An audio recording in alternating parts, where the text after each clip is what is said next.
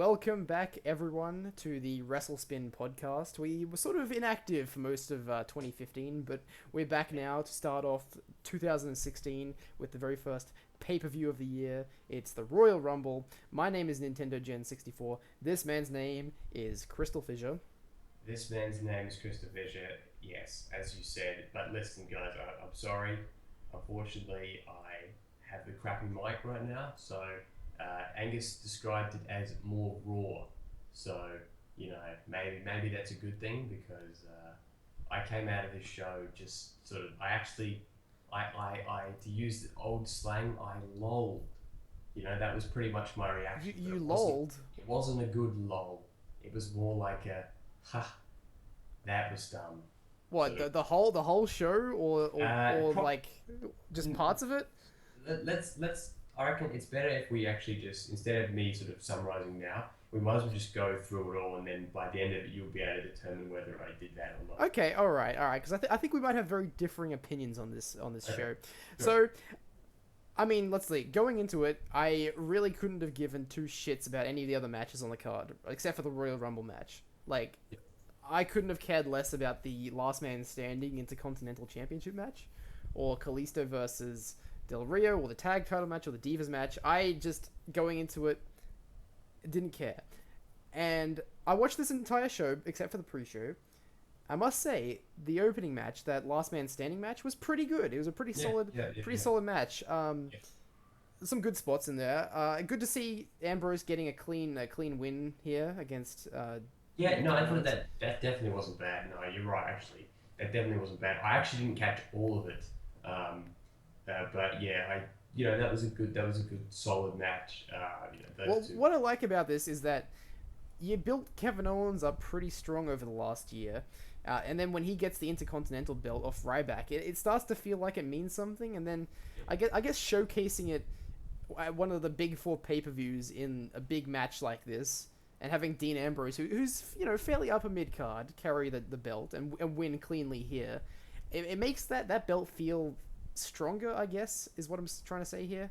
For sure. Having someone like a Dean Ambrose carry that belt rather than someone like I don't know, like a Jack Swagger, or like I don't know, someone of that category carry it, which they were sort of doing a few years back. I mean, like Wade Barrett, although all of his like five reigns as Intercontinental Champion, or when Dolph Ziggler held it, or when Luke Harper held it, like that kind of like mid, buried deep down there, not important kind of guy holding the title devalues it. But Dean Ambrose, I mean, later on in this show, you see he lost second last in the Royal Rumble match and Yeah, everything. Like, really was really. really elevating this guy. And Dean Ambrose has been up there since his Shield days, and having him carry the IC title, I think, is an excellent choice. Some really good spots in this match. A particular favorite of mine was the finish, which saw Dean Ambrose push Kevin Owens off the top turnbuckle through two ladders that Kevin Owens had stacked earlier on in the match, Oh yeah. and Kevin Owens failing to meet the 10 count. Going into this, I thought they were going to do the whole double 10 count thing.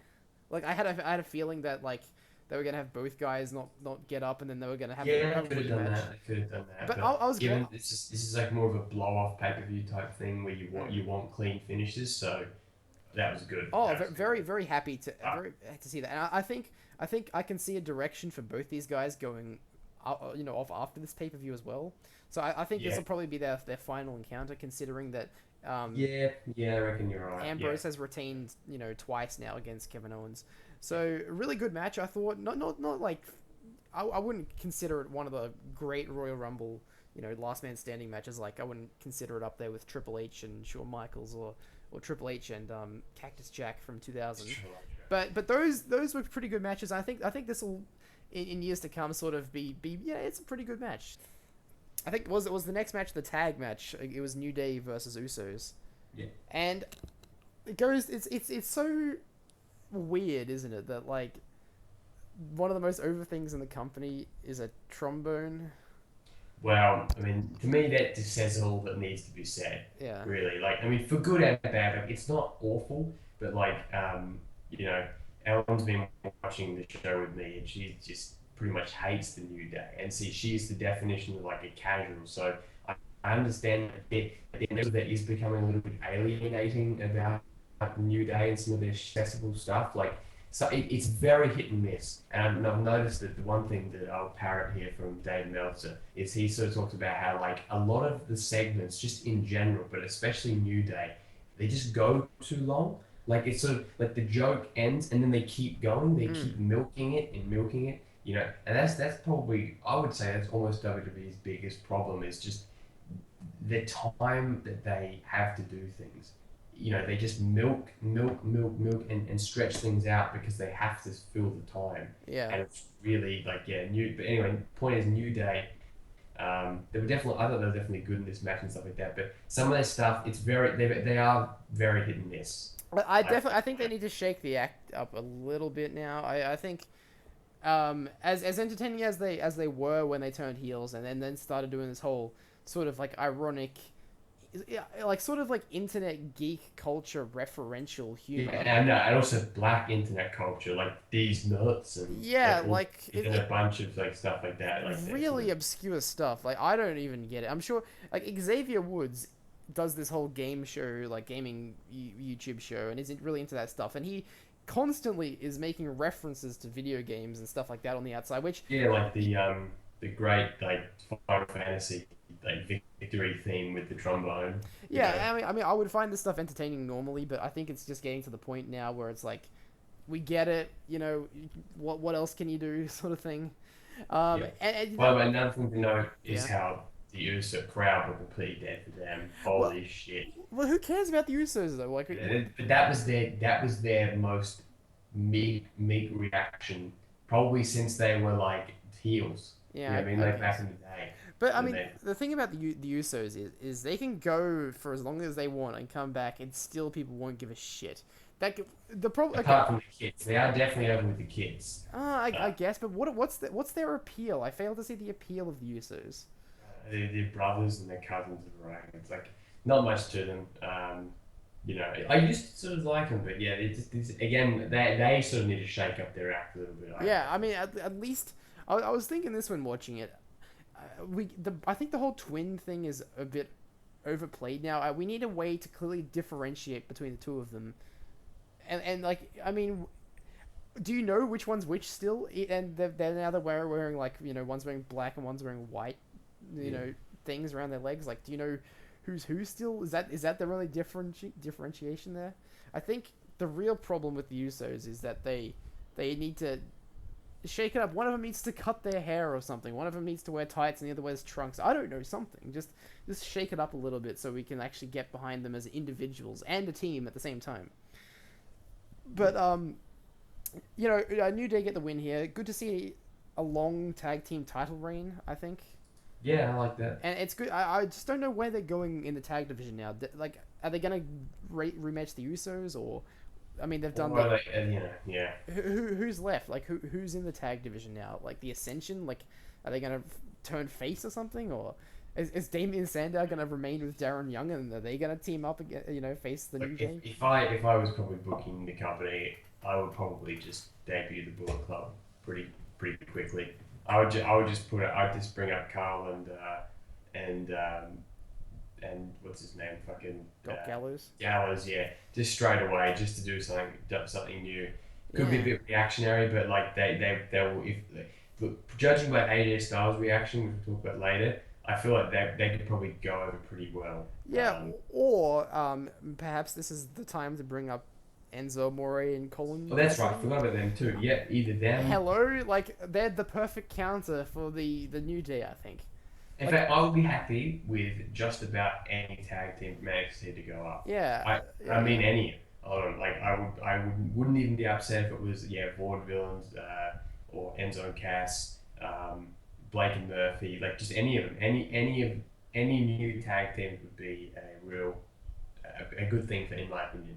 yeah, So, but yeah. yeah, I think so. And New Day get the win here in clean fashion, might I add. I mean, there was like a tag behind the referee's back from Big E, but it was still a clean win, I'd say. So but this wasn't a very. It was just the same sort of match you get on Raw every week.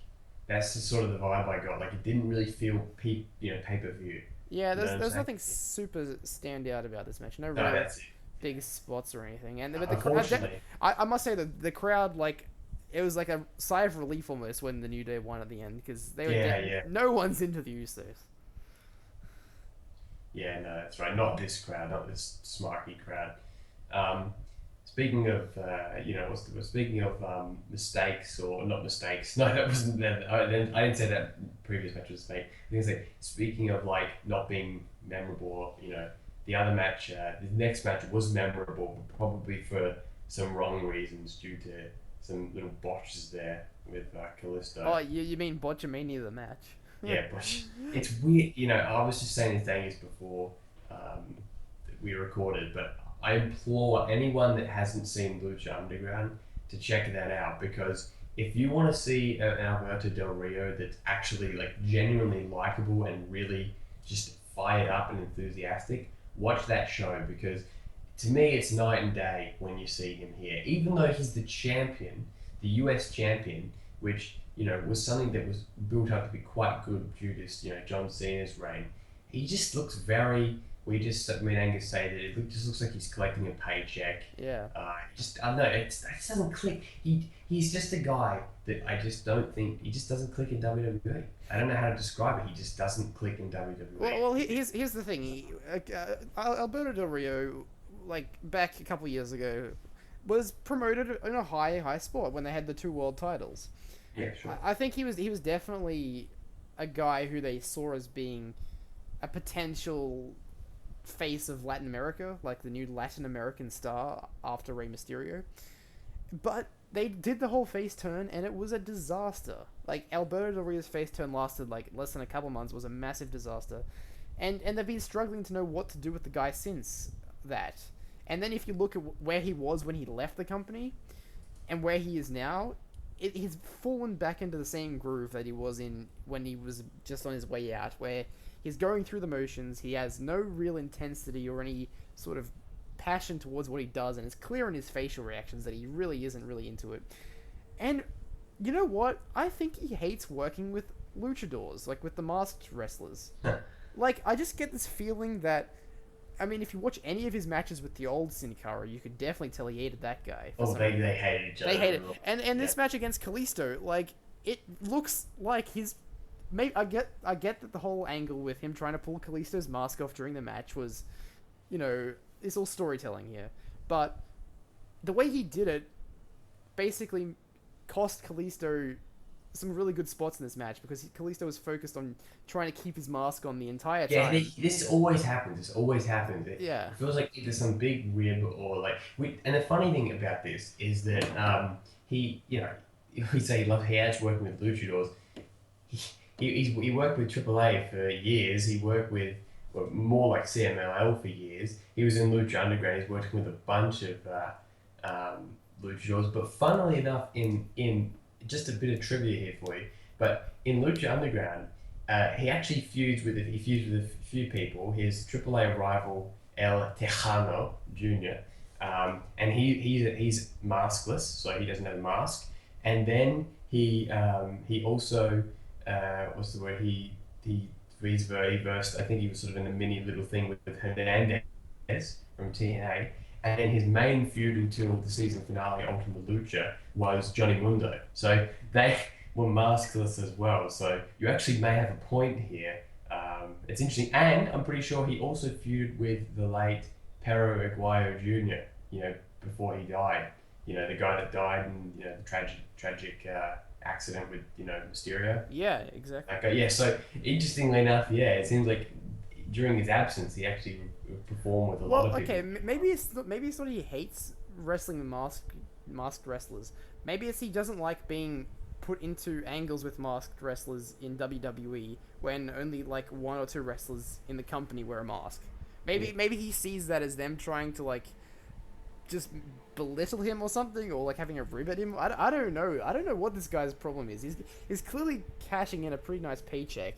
But that's the only reason. The only reason why he's back is because of that. Because he was tearing it up elsewhere. And he was making pretty good money too. People have been saying how like people had looked at his booking sheet and stuff like that. Like the sort of when they hired him for like Europe and stuff like that, like 20 grand or 10 grand plus premium flights. Like he was getting paid very well.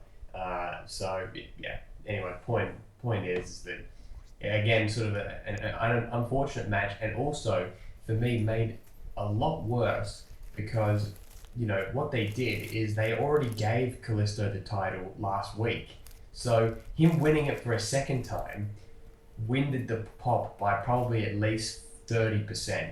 I would say if he won that for the first time, it would have been a bigger moment. It would have been a bigger moment. But because he already won it, it's like, well, you've already won the title. You're a two-time champ. Like, it's still great. It's still important. Oh yeah. Let's not forget this was for the against Kalisto for the US title. We should have mentioned that. But Del Rio now titleless. Hopefully not directionless, but I feel like sometimes when you look at him and you look into his eyes, what do you see? You see him wanting to go back to where he was actually heavily respected, cheered over, massively over. No, I can't stress that enough. Exactly. Look, it was a fine match. There were a few, like I said, there was a lot of botches. I think what carried this to like a decent level for me was the fact that Kalisto now, none of this even Stevens booking. He's got 2 wins now over Alberto Del Rio. He looks sort of strong. This is his singles push. Let's see where he goes from here. I can't totally shit on the match, but like the Salida del Sol at the end was a massive like fuck up, and the whole finish to this match was shit. But it was what it was. Now this next angle, Charlotte defeat worth versus Becky Lynch. This is actually one of the only things that I've actually paid attention to watching WWE recently, because Becky Lynch is one of the best promos in the whole company.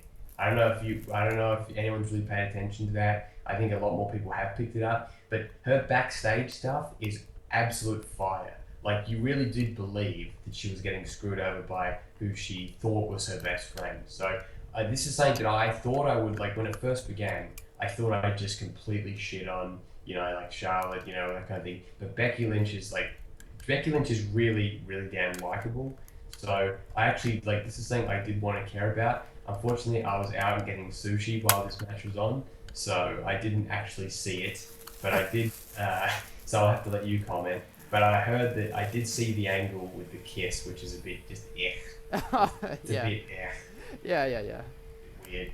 But I heard it was a decent match. I heard it was solid. Look, it was probably the best women's match on the main roster I've seen in the last good period of time. Like, they gave him some time. It wasn't. Hey, it went longer than Callisto, and it went longer than New Day. Yeah. And it went longer than pre-show. So it was okay. It was okay. Nothing that you would like. I think now that you see the main roster versus NXT, you have different levels of expectations as to how you think matches will go with the women. You think on NXT it could be a 5-star show-stealing classic, and that's what your expectation is when you have it featured in a spot like this, a pretty big spot. When you have a main roster a main roster match featured in a spot like this, you don't expect some 5-star classic. You expect some kind of passable match that goes a decent amount of time and has at least some smooth wrestling in it, and it at least serves a point. And if those things are satisfied, then you're not going to be disappointed with this match. And I think those things were satisfied. It wasn't anything like you've seen on the NXT shows. It was definitely no Bayley versus Sasha Banks, Sure. But it was pretty good. I mean, Sasha Banks, Becky. Even Sasha Banks, Becky. It was nowhere near that level. It wasn't anything that I wouldn't expect out of a Brie Bella versus AJ match. Sure. Yeah. But it was fine. I enjoyed the match for the most part. I think what really took the cake though was the after the match, where Charlotte beats down on Becky Lynch after the match. Then Sasha Banks comes out, and it looks like for a second that they're gonna tease Sasha Banks teaming up with Charlotte. BFF's reunion. Yeah, that's what it was, the BFF's dance or whatever. Well, yeah, because Sasha Banks knocks Becky Lynch out of the ring, and then it looks like they're gonna reunite. And then as Charlotte's leaving the ring, Sasha Banks hits her with a finisher, and looks like it's setting up a match going forward, which is good. I'm interested to see where this is going. It is right now heel versus heel, so I really do hope that Becky is still involved. I hope they don't actually just shove her to the side. Oh, And that'll be the WrestleMania match: Becky Lynch versus Charlotte versus Sasha Banks. I'm yeah, calling that now. I'm happy to call that that now. would be the best thing they could do to try and salvage what the Divas Revolution title. Mm. You know, the three ones that debuted up having the match. Yeah. That speaks volumes. Well, About okay. it. The whole thing about the Divas Revolution, I think it's they've dropped the whole team warfare thing now, because when Sasha Banks came out, there was no mention of Team Bad or anything. They said, oh look, it's the third member of the NXT trio. That's what they're calling them now, and there's no mention. That definitely lends itself to WrestleMania feud, doesn't it? Yeah, well, that's what I was Pitch it as the three. Yeah, you're right. They're gonna pitch it as the three people that got called up and have like all done something within their respective area and stuff like that. With Sasha and Bad and Yeah, well, I mean, there's no mention of Team PCB or none of that. And look, I think we'll see a brief program now between Charlotte and Sasha Banks going into the next pay-per-view, and then I think they'll do the triple threat at WrestleMania, which is, it's good to see there's like a clear direction going forward here. And like I said, fine match. Ric Flair being at ringside helped, because he's always entertaining, and interesting finish where he throws his jacket over Becky Lynch when she's doing the finish, the armbar submission, which distracts her enough so that Charlotte can poke her in the eye and get the roll-up victory. Yeah. And Charlotte turning into like a female Ric Flair kind of thing. I'm down for that. I will say this though. The kind of stuff they're doing now is what they should have done months ago. yeah. The whole Divas Revolution thing is basically null and void at this point. But I guess it was like a feeling out process, like a testing process, to see how like the crowd would warm up to these guys, and just to establish them a little bit before they go on and do their single stuff. Overall, it was okay. It was fine. I didn't have to go to the toilet at all during this match, so I sat through the entire thing, and it was good. Yeah. Now, let's get to the thing everyone wants to hear us talk about, the main event, the big one versus all Royal Rumble match featuring Roman Reigns defending his World Heavyweight Championship in the 30-man over-the-top rope Royal Rumble for the first time in history. Yes. Now, look, the thing about this match is that it was definitely, without a doubt, booked better than the last two. Just in terms of the way that the numbers drew, like who came in at what point. The roster itself could have been better, but it definitely wasn't bad. But to me, again, as what happens with depending on who wins results in what you feel how it went, no matter what. So all 28 other eliminations could be fine, but that last person, whoever wins it, usually the reaction is based on who wins. Mm-hmm. So my reaction to this was just utter. I was just completely. I just laughed. But that was pretty much my reaction. I laughed, and I just said, "This is what the company deserves." I guess if you know what I'm trying to say, you get what you deserve. This is what they deserve. Triple H as champion in 2016. Yeah. That's what they deserve. If you're watching this show, that's what you deserve. Can I say this? You can't have Roman Reigns win 2 years in a row. Last year people complained that he was being too protected, right? And then people would upset that he won last year. It's like, oh, they're just grooming him for the title at WrestleMania, overcoming all the odds, defeating Brock Lesnar. Booed out of the building last year, and even The Rock couldn't help him. Come to this year now, he's won a bit of favor with the fans. I mean, that was completely thrown out the window of this. Well, look, he won a bit of favor with the fans, and I think if he was to win this match, it would do more harm than good for him. Reigns, no doubt. Yeah, No doubt. Reigns winning this match would have been Oh, that would have been it. That would have Yeah, been a face push. That's it.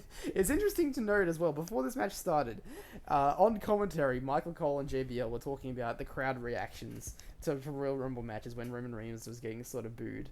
And they basically said something about how, oh, the WWE Universe, they love change, Maggle. Hey, they like to see a new man win every year, Maggle. They don't want to see it back-to-back.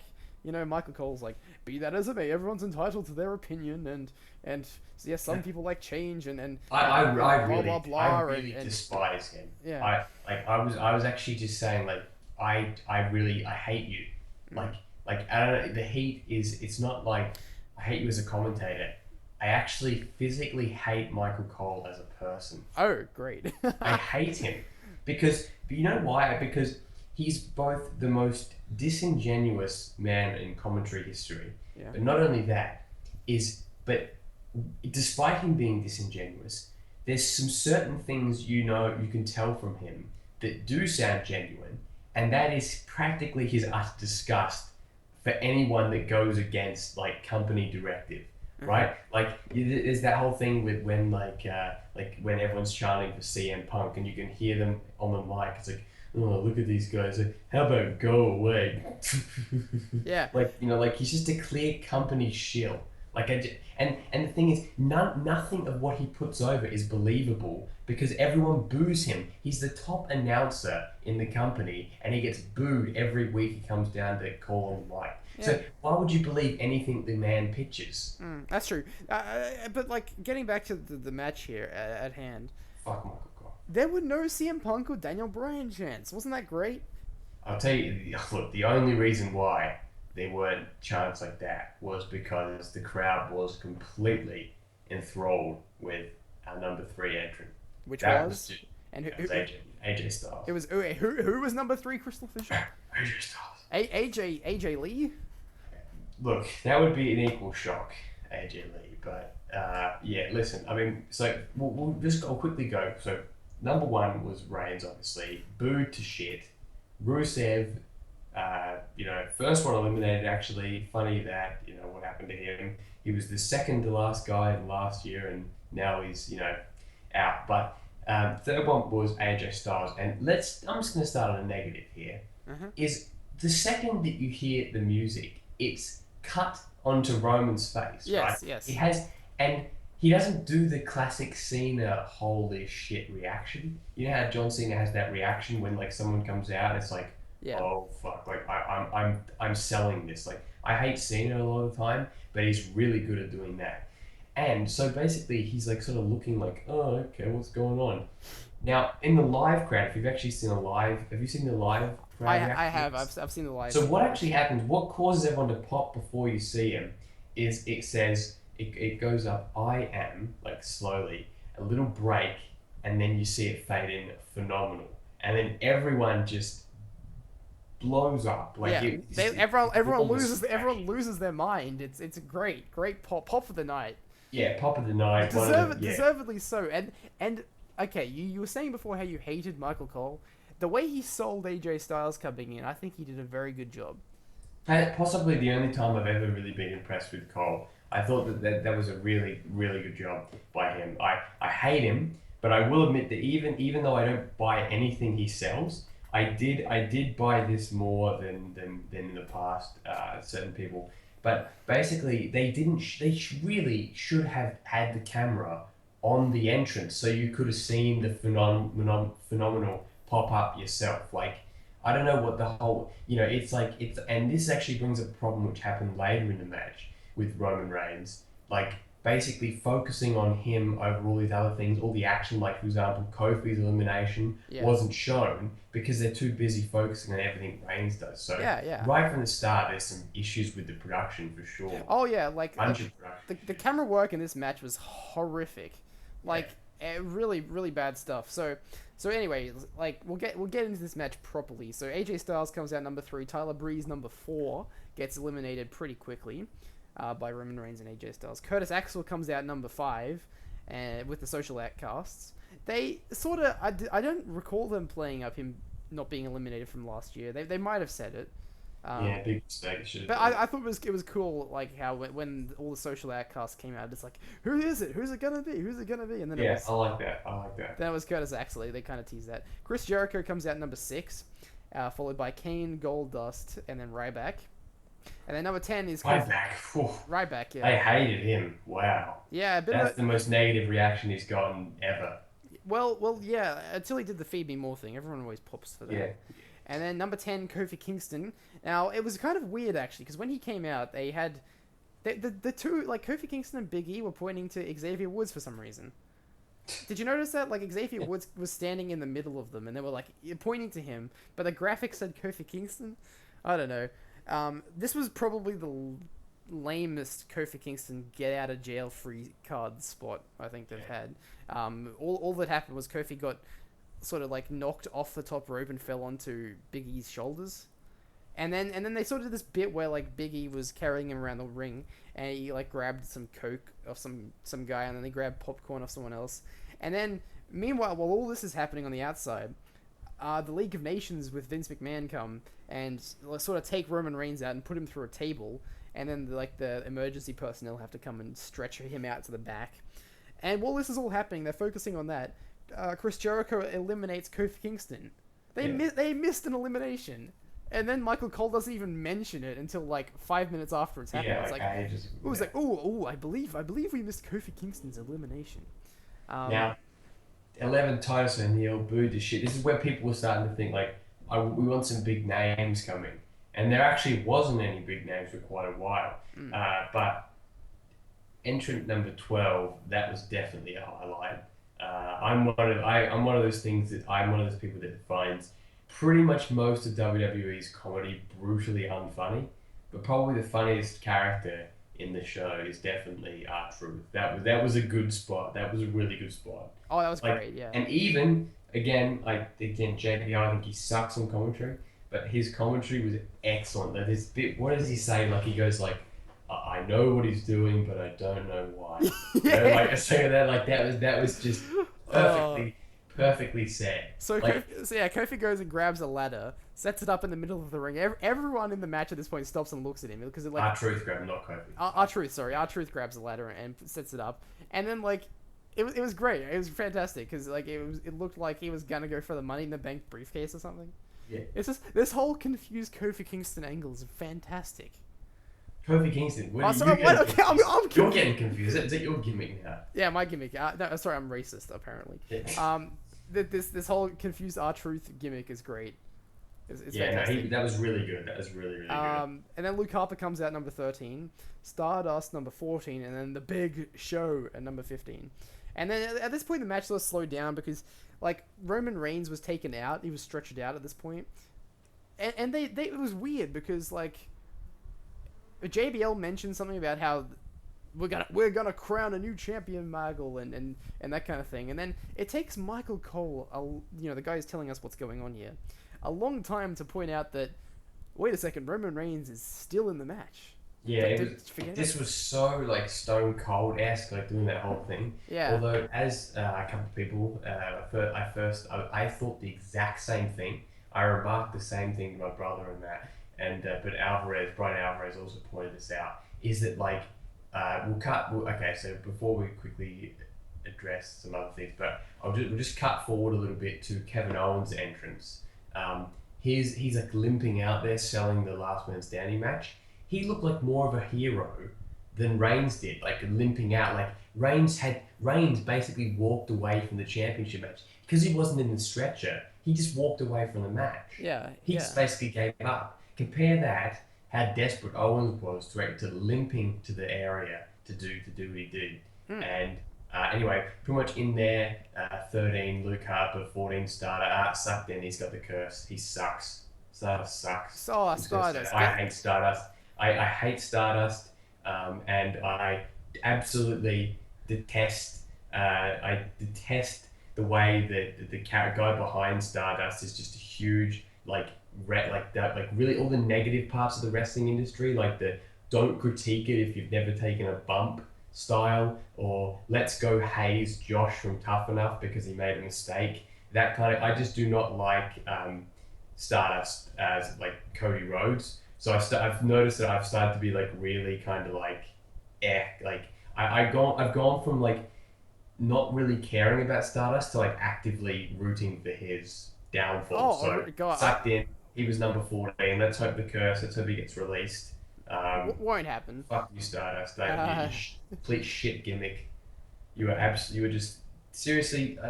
I'm sorry, guy. Look, maybe I've turned heel, maybe you but have, yeah. seriously, Stardust is a completely dead character. Like that. Look what was his presence in the Rumble?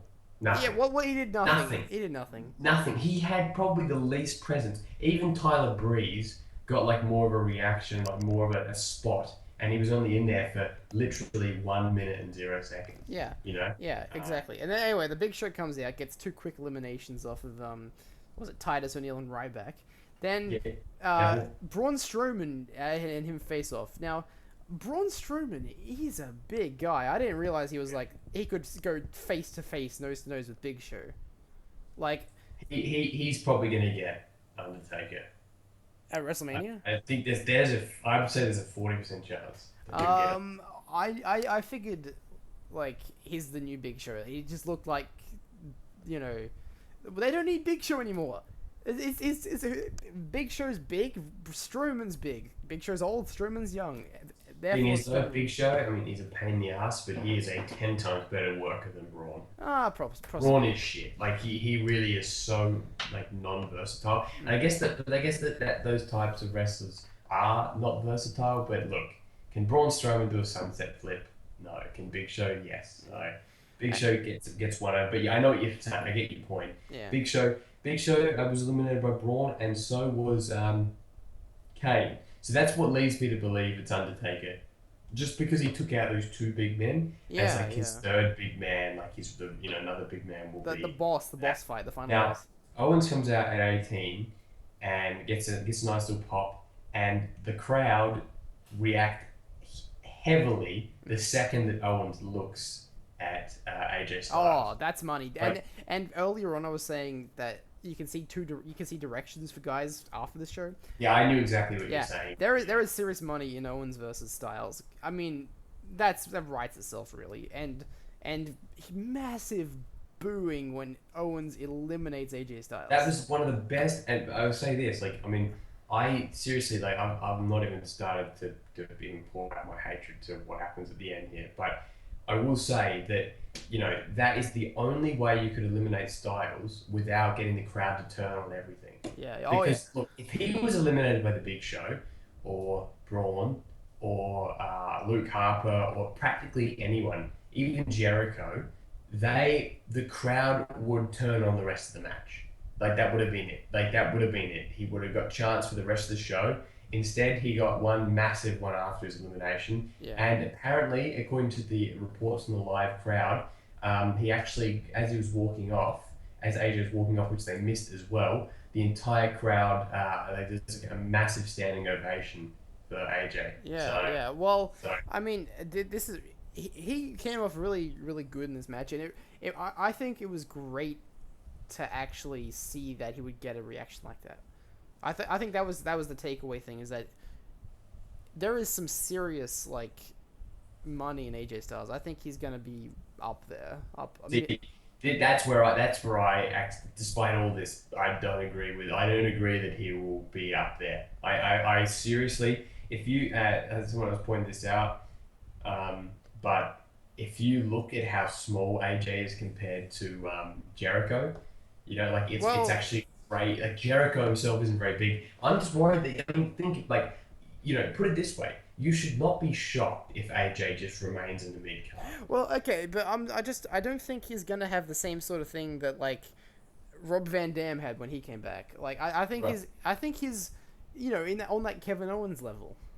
Well, I'd like to think so. And that's why I'd say upper mid card. Like, he's definitely, like, some people have this idea that he's coming into WWE and he's immediately gonna be like up there with the main event guys and that kind of thing. I'm not talking like that high up the card. I'm talking more like the Kevin Owens upper mid card. The thing is though, and here's the massive dilemma, is WWE already have a main event scene, but the thing is, if you look at what AJ Styles has done in the last 2 years, in New Japan, he should actually be at the top of the company. He actually probably should have won the title. I'll go so far as to say that. Seriously, the guy isn't. I don't like him personally. I do not like what I've heard about that guy in real life. Like, so I'm not just saying this as like some big biased New Japan guy or anything like that. Like, I'm not saying this as a personal thing. I'm saying as a competitor, he actually should be the champion. I swear that sounds crazy, but think about it. Think about how important crowd reactions are. Now, I think the main reason why someone would have said, "Okay, this guy can't walk out champion," is because they're worried that people wouldn't react. But he got a bigger reaction than all of Roman Reigns' top reactions combined. Yeah, that's true. That's true. Now I know it is a smarter crowd. I know it's Orlando, where they tape a lot of Universal Studios, a lot TNA. People knew him on TNA for 10 years. All that sort of stuff. So he definitely got an inflated reaction compared with if he debuted in Corpus Christi. But he's a huge star. If you watch him in New Japan, his last match before he left the WWE, like last televised match with Shinsuke Nakamura at Wrestle Kingdom 10, was a 5-star match. Match before that, he had Jay Lethal in Ring of Honor for the Ring of Honor title. The guy makes gold wherever he goes, and him not being in the main event. If he's not in the main event in 3 months, they've wasted him. I know that sounds so heavily reactionary, but he's that good, and I don't think that anyone else. I don't think that they're going to fundamentally change anything that they do with the main show. So, and also on top of that, I have issues with just the way that they got him. I'm a fan of wrestling, and to be honest, while I think he is great, do I think he's actually even a perfect fit for WWE, even after this great debut? Again, if they don't do what's right by him, if they don't put him in a really high position, then no.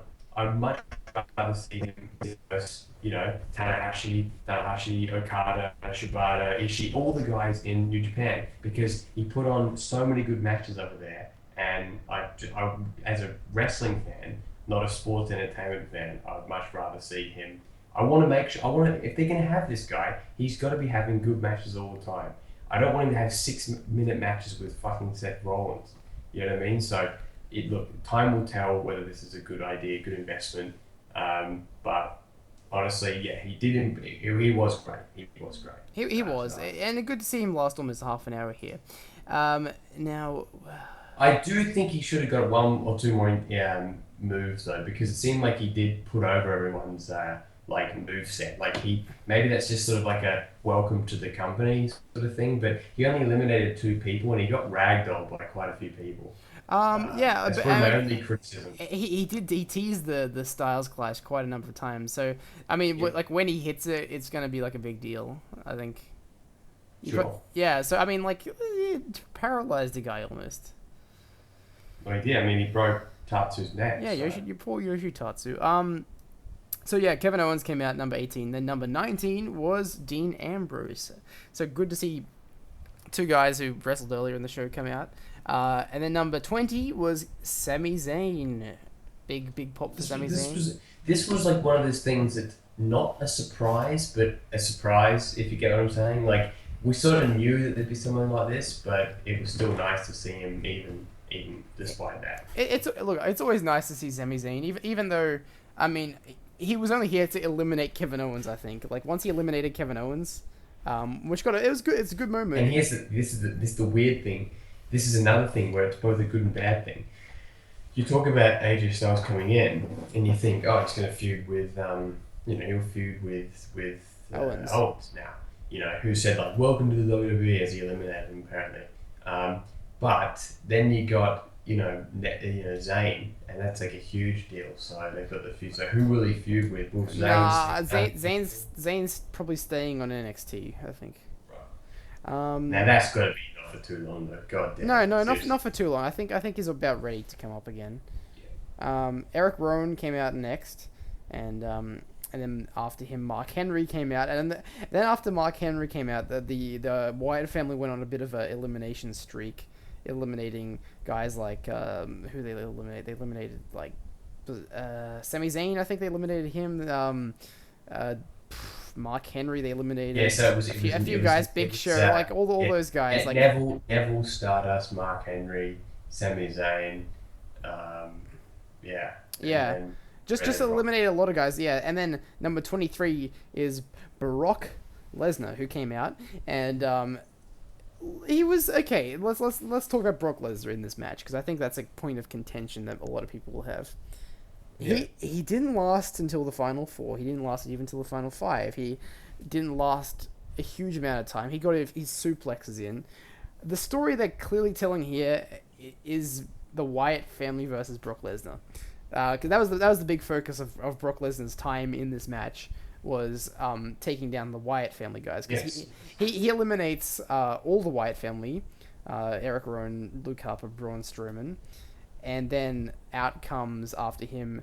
The Miz comes out and Jack Swagger come out, and then Alberto Del Rio comes out. But then Bray Wyatt comes out, and they sort of go toe to toe for a moment until the Wyatt family come back in the ring, beat the crap out of Brock Lesnar, and then they all help eliminate Brock Lesnar.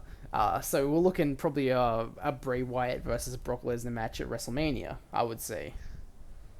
Do you think? What do you think? Brock Lesnar versus Roman. Brock Lesnar versus Bray Wyatt, right? Yeah. Yeah, I would say another 60% chance. 60%, or do you think 65%. it'll be some kind of like handicap match or something? Well, see, as I said, this sort of depends on what the plans are for the Undertaker because you got to remember that so many people are injured right now. So it's like I don't believe any of this would have happened if like 3 or 4 guys, don't even care who it is, Cena, whether it's Cena, Cesaro, Tyson, any of those, if 4 people were back, it would not be the same. It wouldn't be the same. Yeah. So I feel like it's like they really want something for the Undertaker. I feel like it's going to be, Strowman. So that means that will Lesnar get Bray? That maybe. The question is Bray going to lose yet another feud? Is this another high profile WrestleMania match that Bray Wyatt loses? Yeah. That's the or question. just generally pay-per-view matches that he loses. Like he just has terrible luck. But yeah, no, interesting stuff. I thought it was pretty. I think he had a good showing in it. Like I'm actually glad that Brock didn't eliminate like 12 people. Actually, no one really truly dominated. If you look at elimination amounts, you had 1, 2, 3, 4 people eliminate 4 people. 1 eliminate 5. That was Strowman. And then you also had Then next was Eric Rowan, Styles, and then pretty much all the rest were just ones. So it wasn't like a 12 elimination sort of streak type thing. So yeah, exactly. And I mean, it was a good moment with Brock Lesnar. I think they used him well. I mean, you can't have the guy win the title again and go on and show up 12 times in a year and rarely ever defend it. So I was happy with the usage of him. So then after Bray Wyatt, Dolph Ziggler comes out, does not much. Sheamus comes out, and as Sheamus comes out, this is when Sheamus. This just quickly. Yeah. That is just such a shame that we're actually saying that. Like Dolph Ziggler comes out and laughs, says the guy coming from the it's referring to the guy that made Survivor Series 2014 as special as it was, alongside Sting, of course. Yeah. It's a travesty that we kind of just sort of say, and then Dolph Ziggler came out. Like 2 years ago, 3 years ago, we'd be like, and then Dolph Ziggler came out. Yes, this is great. Love Ziggler. Now it's just like Ziggler. I don't know. It's really sad to me what happened with him. Yeah. Even the Miz is like, gee. By the way, we'll say what happened to the Miz. The Miz, he comes out. He sort of like walks up like he's gonna take on Lesnar. I just love this. The Miz is just great. He's just the greatest. He like sort of looks and then he just walks around over to the commentary desk sort of on one sort of swoop and basically is waiting for the moment. And just what to me seems like total no selling of Ziggler. It's like Ziggler comes down, it's like, oh well, that's my time to come in now. Yeah, I know, right? It's like, oh yeah, now I'll just take the easy elimination with just Ziggler. Yeah. Oh man. So Sheamus comes out 29, and this is when Roman Reigns returns because as Sheamus makes his way out, Roman Reigns hits him with the Superman punch, enters the ring. Stuff happens. Not a lot of stuff. Triple H. I won't use the actual term burying, but I'll use match burying, where I say like it within the confines of the match, not in general. Ziggler was completely no sold by Triple H. Triple H hits his signature on him. He gets straight back up and then eliminates him. That was just like that was where I was just like, fuck you, he's gonna win it, isn't he? He's Yeah, I know, right? Because like Ziggler just jobs out and gets eliminated by Triple H, and then Bray Wyatt gets eliminated by Triple H, Sheamus, yeah. and then it's down to, I believe it's Jericho, down to, Sheamus, yeah. Reigns, and Ambrose. Thank you. Sheamus, Reigns, Ambrose, and Triple H. Jericho, Reigns, Ambrose, Sheamus, Triple H. Yeah. The next elimination was Dean Ambrose eliminating Chris Jericho. Yeah, who lasted 50-50. Yeah, Jericho lasted ages in this match. It was, I don't know, it was really weird how long he lasted in this match. Yeah. It was a long time because he came out number 6 and lasted to the final 5. Obviously, I think they're going to go Jericho versus Ambrose at this point. You reckon? I reckon, I mean, like, they mentioned the whole... Do you remember, actually, do you remember... Night of Champions, Night of yeah. Champions. After that match, there was like a bit of a tension between Ambrose and Jericho. I think, just judging by the way it ended and how Jericho was eliminated, and then Michael Cole brings that whole animosity thing up. It's like... That was interesting. He said Dean Ambrose getting a bit of revenge on Jericho or something. I think they're going to go that way. I think Jericho will probably challenge him for the IC title at WrestleMania, if you ask me. Possibly a Jericho heel turn in the works. Oh, no, I wouldn't say possibly. I'd say it's very, very, very likely. Yeah, I mean, he actually entered this match, and if I was watching him, and he sort of kept attacking the faces for some reason. Yeah, although as Brian Alvarez and Vinny were talking about on their review of the show, it just seemed like, you know, any opportunity Jericho had to work with AJ, he would. Yeah, like just always, they were always going back to each other. There was some astute analysis there. It was good, and I think Jericho really likes those almost elimination spots. He seems to do those a lot. Where he loves it. He does. He loves like having one foot touch the floor and then not quite. He does it. I mean, he is just a massive troll. Like he really is. Yeah. So I think he'll probably turn heel either on Raw or a couple weeks down the track, and then after that, Sheamus was eliminated. Yeah. So Reigns eliminates Sheamus after this, and directly after that, Triple H eliminates Roman Reigns. To a big pop from the audience. That got one of the biggest reactions. Yeah. Now, can we just talk about Triple H in this match? Because, like, him coming in should have felt like this amazing shock surprise return. And yet, I don't know, just something like, it didn't feel that special, I guess. I groaned. It felt like, I mean, I kind of figured that would happen. I mean, even like in my head, I was internalizing. He's gonna come out at number 30, isn't he? Triple H is number 30. Yeah. It felt because like you had basically you knew that you were gonna have all the members of the Wyatt family, at least a few members of the League of Nations, come out, and once you'd filled all those quotas, like once Sheamus came out, you knew, okay, we're not gonna get King Barrett number 30. It's probably he's injured.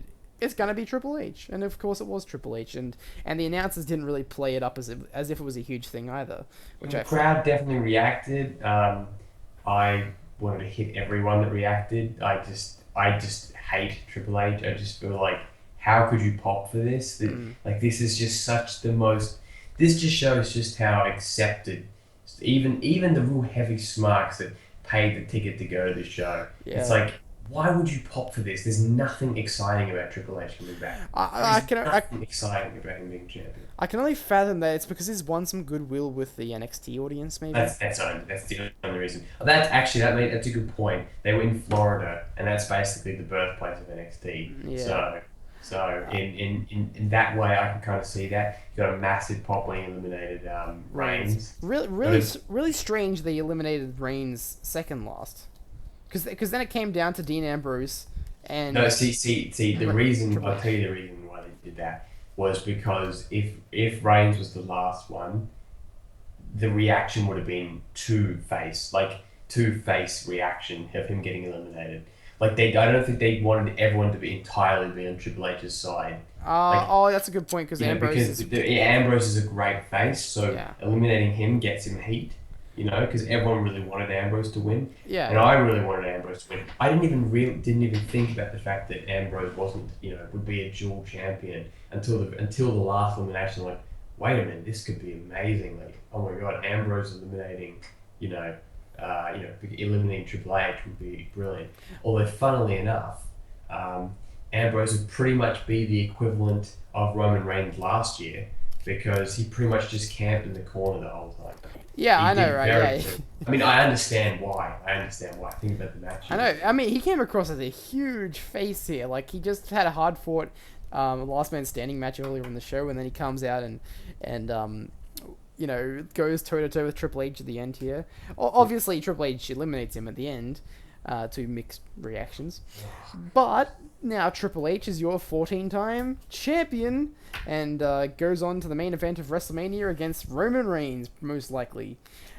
In possibly another dull WrestleMania main event that I hope doesn't close out the show, but most likely will. Oh, there is. Think about who's injured and stuff like that, like Cena and all that. Yeah. There is absolutely no doubt in my mind that is the main event. Do you like? I mean, think about it, the whole Triple H ego and just everything about it. Like, he will want to go on last. He will not. He will, especially on what's supposed to be like a 100,000 sellout at the Cowboy Stadium, AT&T Stadium. They'll announce it as 100,000. It will not be 100,000. Yeah, They've not sold all the tickets. They won't. Yeah, my problem with this is it's too predictable now. You don't have anyone to cash in money at the bank at the last moment. You don't have any of that. It's unless they totally flip the script and have Reigns win the title back next month at Fastlane, and then have someone else face him for the title at WrestleMania. Like, unless they go that way, I don't know. It just feels too played out. I think it's you can see where it's going to go. The thing is that the problem with this is that you can, I said this after the match. I said, how's Raw going to open tomorrow? It's going to open with a 25-minute Triple H promo with Stephanie gloating. Reigns is going to come out. And what are they going to do? They're going to put Reigns in a match with someone from the League of Nations. And it's going to lead to a disqualification.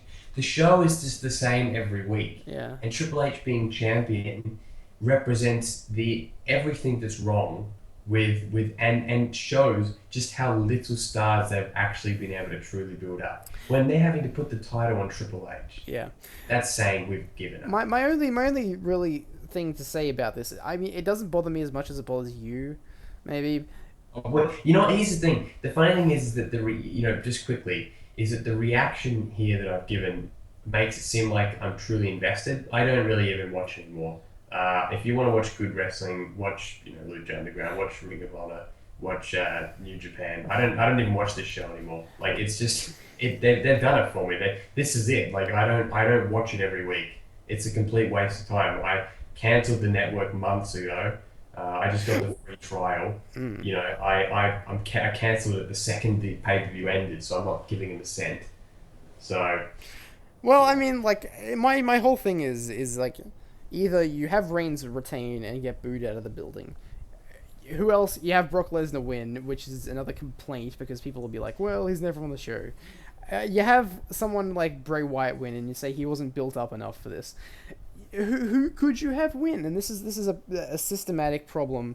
Well, that's the thing. Like, the problem is that you could say to me, who would you want win CrystalFissure if you're complaining about everything? Well, that's a good point. That's a good point. Where it's like I'm like thinking, well, who could replace it?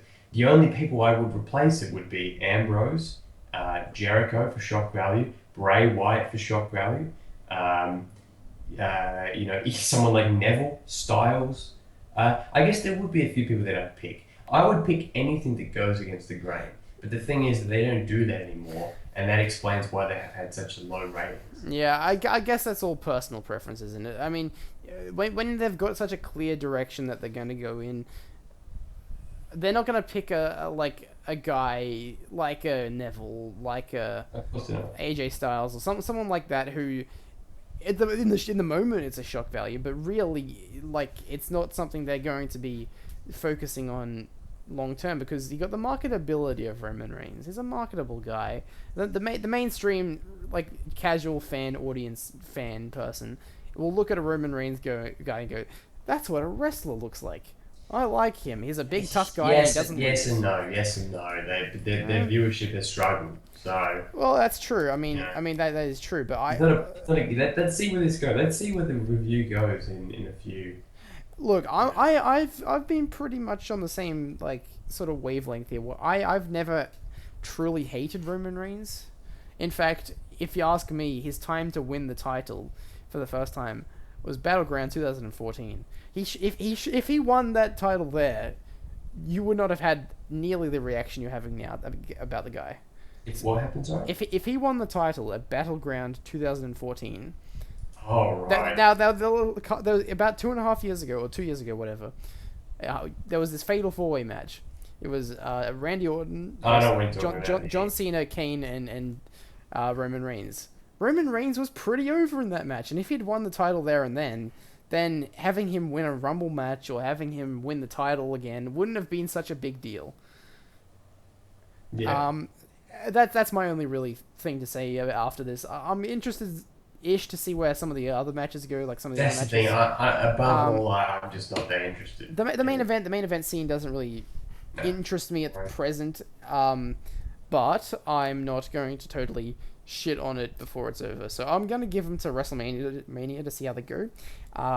If WrestleMania is an interesting show, something that I would actually say I enjoyed, then maybe we'll continue doing these podcasts for the rest of the year or something. Or I just really do wish you watched Lucha or maybe you should just start watching from season 2, because I would discuss it every single week if we could do that, and I would bite the bullet and do WWE shows with you if you watched a 40-minute show a week, because I know you no longer watch NXT, Angus.